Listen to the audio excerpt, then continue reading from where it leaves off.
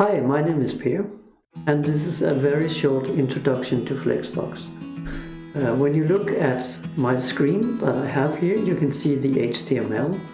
Here you have some CSS. Down here, the green corner, you have like the result.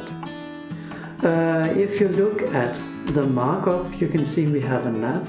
Inside the nav, we have a UL, which is a list, and inside that, we have li elements.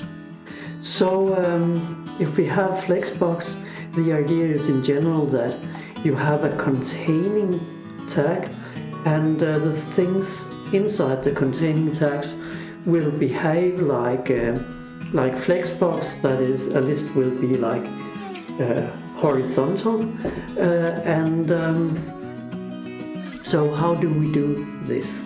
Well, if you go to nav and UL is a container holding several li elements, and we want them to behave in a flex manner.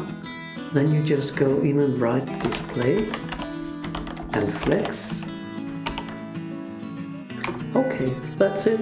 And if we want to test it out, you can click on run here.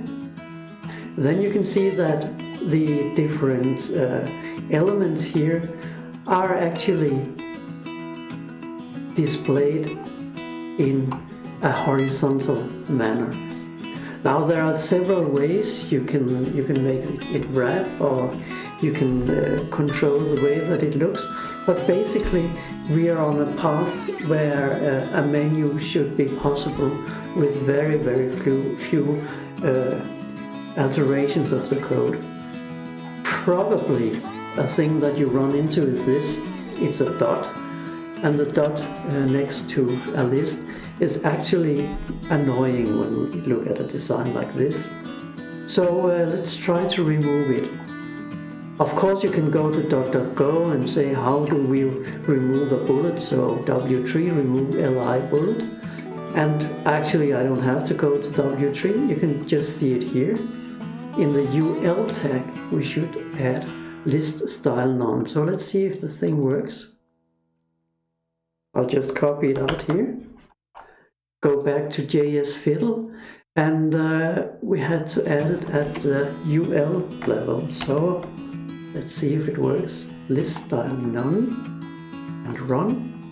So by now you can see that our elements have no bullet.